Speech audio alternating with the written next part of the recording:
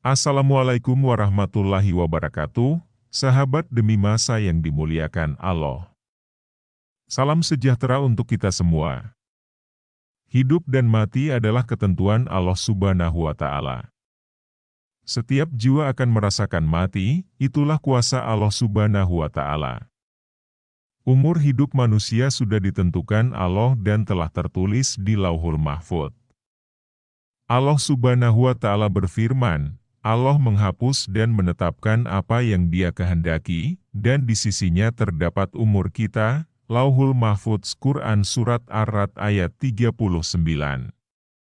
Rasulullah Shallallahu Alaihi Wasallam wafat pada hari Senin, 12 Rabiul Awal tahun 11 Hijriah atau 633 Masehi, pada usia 63 tahun. Isyarat dekatnya ajal Rasulullah dimulai ketika Nabi Shallallahu Alaihi Wasallam beriktikaf di bulan Ramadan tahun 10 Hijriah, dan malaikat Jibril alaihi salam mengulang Al-Quran hingga 2 kali dalam tahun itu bersama Rasulullah. Ibnu Mas'ud radhiyallahu anhu berkata, ketika ajal Rasulullah Shallallahu Alaihi Wasallam sudah dekat, Rasulullah mengumpulkan kami di rumah Aisyah radhiyallahu anha.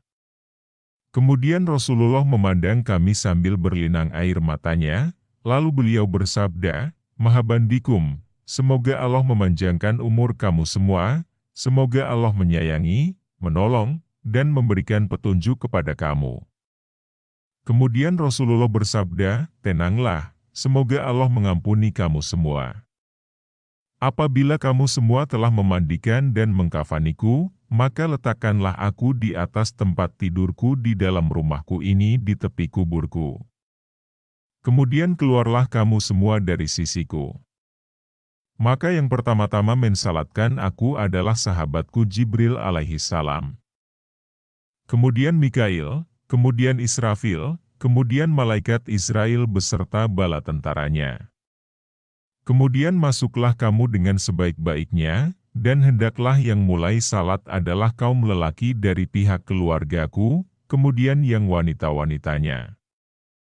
Kemudian kamu semua. Ibnu Rajab mengatakan, saat Rasulullah wafat, kaum muslimin tercengang hebat. Ada yang tercengang hingga tak sadarkan diri. Ada pula yang tidak bisa berkata-kata, ada yang tidak mau lagi tinggal di Madinah seperti Bilal bin Rabah, bahkan ada yang meminta kepada Allah agar matanya dibutakan karena dia hanya ingin orang yang terakhir ia lihat adalah Rasulullah. Dia adalah Abdullah bin Zaid, dan ada yang tidak menerima kematian Rasulullah seperti halnya Umar bin Khattab radhiyallahu anhu.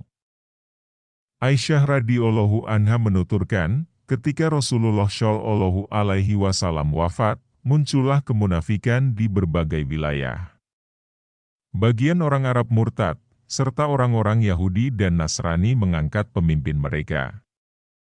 Kaum muslimin ketika itu laksanakan yang kehujanan di malam hari pada musim dingin karena kehilangan Nabi Shallallahu Alaihi Wasallam, sampai Allah Azza wa Jalla menyatukan mereka dengan kekhalifahan Abu Bakar.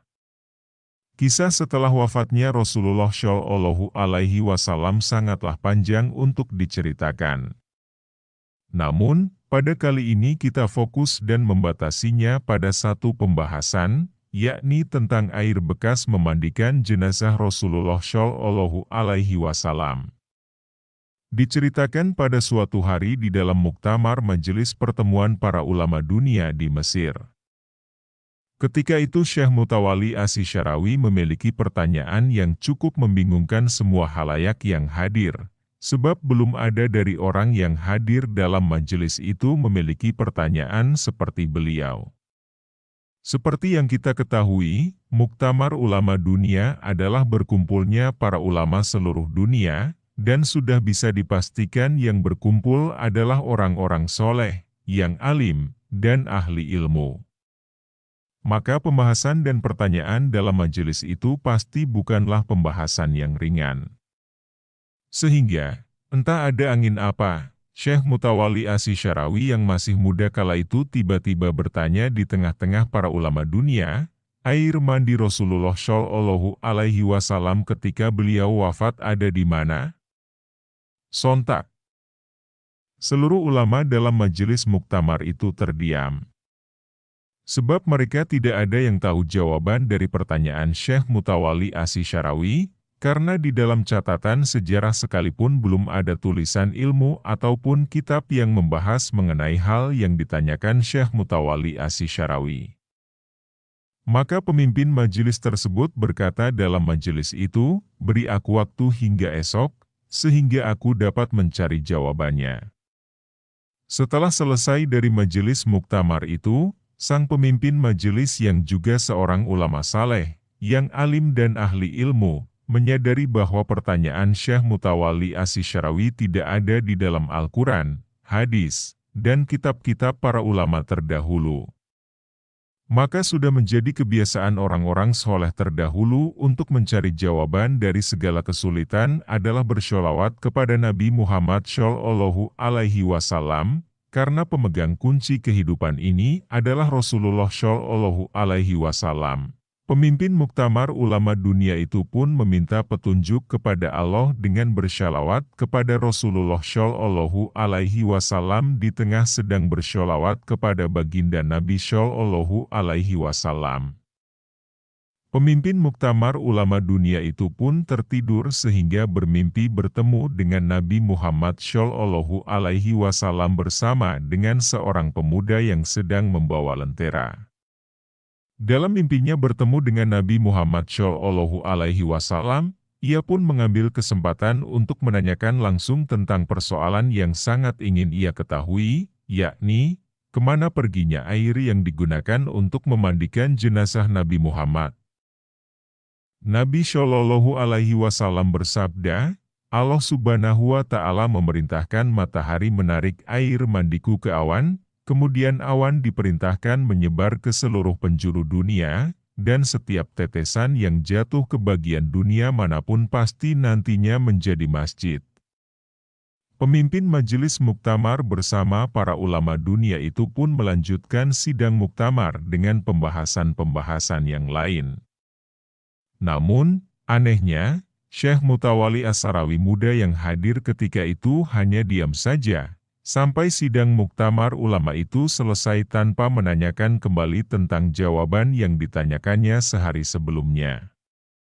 Padahal sang pemimpin muktamar sudah berbahagia karena sudah mendapatkan jawaban yang ditanyakan sehari sebelumnya dari Rasulullah Shallallahu Alaihi Wasallam.